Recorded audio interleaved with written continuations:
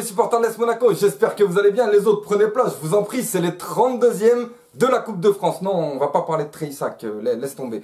Et premier match de Moreno, premier match 2020 pour l'AS Monaco, et c'est une victoire. Donc dans le dernier débrief, j'ai dit qu'il fallait se méfier du Stade de Reims, parce que le Stade de Reims, c'est une équipe qui t'endort, déjà à la base. En championnat, elle t'endort, en coupe, elle t'endort 2 fois plus. Et la preuve, on a failli s'en prendre un à cause du fait qu'on se fait endormir d'entrée. Moreno avait quand même choisi une bonne composition parce que moi, quand je vois Keita Baldé, je suis content. Donc déjà, Keita Baldé à gauche, Gelson Martins à droite en tant qu'ailier, pas en tant que piston droit, en tant qu'ailier. Gelson Martins, Ben Yedder en pointe, Martins Baldé sur les côtés, Golovin, Bakayoko et Fabregas pour orienter le milieu. On va dire Bakayoko un peu vers l'arrière. Et c'est Fabregas, je trouvais qu'il avait un peu un poste un peu bâtard. Mais bon, je vais y revenir. Pour la défense, Jemerson écarté, donc il a fait confiance à Glick et à Maripane, donc bah, les deux plus lents. Bon, après, bah, qu'est-ce que tu veux? Il a décidé de faire comme ça, bon, ça a plus ou moins fonctionné. Mais voilà, Ballo-Touré à gauche et bien sûr Benjamin Henriques à droite parce que Aguilar était suspendu. Donc voilà, une bonne composition, une composition qui respire un peu comment dire, de ce que le supporter à la base il a envie. C'est-à-dire les joueurs qui sont performants, ils sont sur le terrain et ça me fait plaisir. Mis à part, il y en a qui vont gueuler pour Fabregas, mais je vous ai dit les gars, Fabregas, ça va être l'un des chefs d'orchestre de ce Monaco de cette année. Et mis à part le fait qu'on se fait endormir et qu'on se prend un poteau, on arrive quand même à contrôler le jeu, c'est-à-dire qu'on a totalement la possession. Mais le problème, c'est qu'on a du mal à attaquer. Enfin, je veux dire, Keita Baldé Martins apporte beaucoup de danger, avec un peu de déchets, mais on va dire qu'au moins, il crée le danger. Et c'est ça qu'il faut. Les Rémois, bien sûr, ils nous laissent, ils nous endorment, ils nous laissent avancer pour essayer de nous prendre en compte. Donc on rentre à 0-0 à la mi-temps, on se dit que on essaie de pousser, c'est vrai qu'on a quand même pas mal poussé en fin de première mi-temps, et on espère quand même qu'en deuxième mi-temps, on va avoir un vrai Monaco, un Monaco qui s'est bien mis en chauffe, et qui va commencer à lancer les hostilités. Et le début de deuxième mi-temps en feu pour l'AS Monaco. Et oui, ça joue dans des petits trous de souris. Ça fait du futsal, on dirait c'est tous des beignets d'air. Ça fait plaisir. Ça fait plaisir et on a droit à plusieurs occasions de haut niveau. Malgré un peu de déchets, moi je suis content de ce que j'ai pu voir. Et bien sûr, ça aboutit à la 61e minute, à un but de Keita Baldé. Je vous ai dit qu'il mérite Keita Baldé. Keita Baldé qui ouvre le score pour l'AS Monaco. Ça fait plaisir. On l'attendait ce but. Je voyais, ouais, parce qu'en plus, c'est difficile de débriefer un match quand tu es en plein dans Monaco-Reims et qu'on te dit on va aller à Sainte-Claire, la Clairière, pour voir Tours et Sainte-Claire en train de... Oh, Eurosport, personne n'a cette chaîne, ils achètent tous les droits de la Coupe de France, mais ils ont qu'un seul écran, ces connards. Donc 61e minute, ouverture du score de l'AS Monaco par Keita Baldé, encore une fois, il mérite ce joueur-là, et ça me fait plaisir qu'il soit sur le terrain, et ça me fait plaisir qu'il marque, et ça me fait plaisir qu'il soit tout le temps décisif. 7 minutes après ce but qui nous met dans la joie, donc on a eu 7 minutes de joie, parce que tout de suite après, il y a Boulaïdia, qui venait de rentrer, il me semble, comme il a défoncé Maripane, mais c'est incroyable. Maripane, je pense qu'il est à l'hôpital. Il a eu un tour de rein ou un machin. Il l'a cassé en deux. Et il légalise pour le Stade de Reims. Voilà, c'est encore une fois, il n'y a que contre Amiens où j'ai vu un Monaco qui a marqué un but et qui a attaqué directement pour en planter derrière. Voilà, et on en a mis 3, voilà, en 7 minutes. Mais là, 7 minutes plus tard, on se fait égaliser parce qu'on n'a pas su répondre directement et faire le break.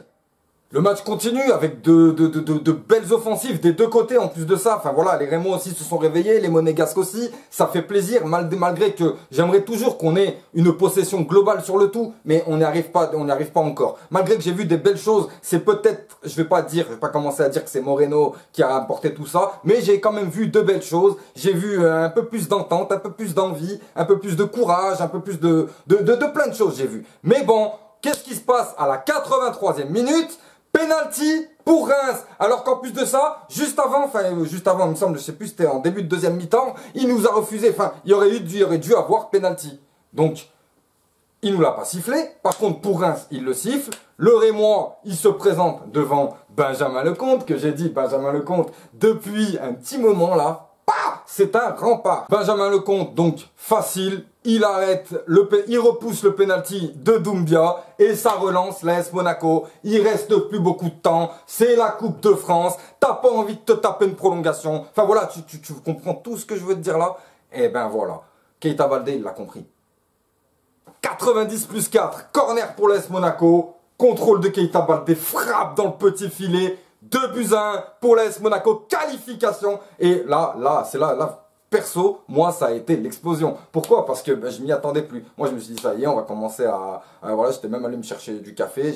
J'avais tout préparé pour la prolongation. Et Keita Baldé, il a fait en sorte que je puisse, juste après, jouer à la Xbox. C'est ça qui est bon. Donc, merci Keita Baldé. Le doublé pour toi, ça fait plaisir. Moi, je veux que tu deviennes quelqu'un pour l'AS Monaco. Pourquoi? Parce que Keita Baldé, il fait encore partie des futures stars du monde du football. Donc, il est important d'en prendre soin. Il est important parce que, voilà, moi, ce qui m'embêtait un peu avec Leonardo Jardim, c'était qu'il placardisait les joueurs. Et logiquement, enfin, quand tu es entraîneur, tu as plusieurs caps, en fait. Tu es entraîneur, tu es dirigeant, tu es psychologue, tu es médiateur. Il faut parler aux joueurs, il faut les rassurer. Le joueur qui est là, qui te dit, excuse-moi, ça fait 2 mois, je joue pas. Et il faut lui dire, écoute, patiente, il y a un tel, il est très très bon, il a un très haut niveau, essaie de dépasser son niveau, mais ne t'inquiète pas, tu auras ta chance, il faut faire des promesses, il faut essayer le plus possible de tenir ses promesses, il y a plein de choses. Mais arriver et dire, Henry Onyekuru, je le veux pas, lui je le veux pas, lui mettez-le sur la liste des transferts, ça se fait pas. Yuri Tillmans, bon après voilà, ça reste Yuri Tillmans, mais Yuri Tillmans, il avait dit que certains joueurs de l'AS Monaco avaient appris par la presse qu'ils étaient en instance de départ de l'AS Monaco. Je suis désolé, ça se fait pas. Maintenant, voilà, j'espère que Moreno, de toute façon, comme on le voit, il a une bonne accolade avec les joueurs. Ça va sûrement pas être leur pote, mais ça va être quelqu'un qui les mène là où il faut. C'est-à-dire au niveau du comportement et au niveau de la façon de voir les choses. Parce que Jardim, je trouve qu'il était beaucoup trop effacé par rapport à ce groupe.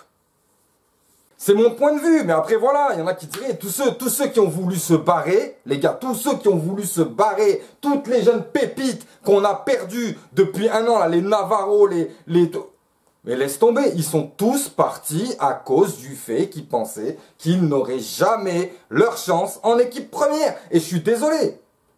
Donc Moreno, pour sa première qualification, ça fait du bien, ça fait plaisir et ça va permettre de travailler sereinement sur les 2 prochains matchs que sont contre le Paris Saint-Germain. D'ailleurs, je vais pas tarder à avoir des nouvelles de mon cousin, moi. Et oui, parce que c'est une affaire de famille, PSG Monaco, et je vais devoir aller chez lui pour l'aller. Et pour moi, mission accomplie pour Moreno. Bon, bien sûr, on va pas écouter les... C'est qui déjà qui a ouvert sa bouche là? Roland Courbis, Roland. Il a ouvert sa bouche, Roland, en disant il a écrit un livre sur le 4-3-3 et 4-4-2 et puis il met un 4-3-3.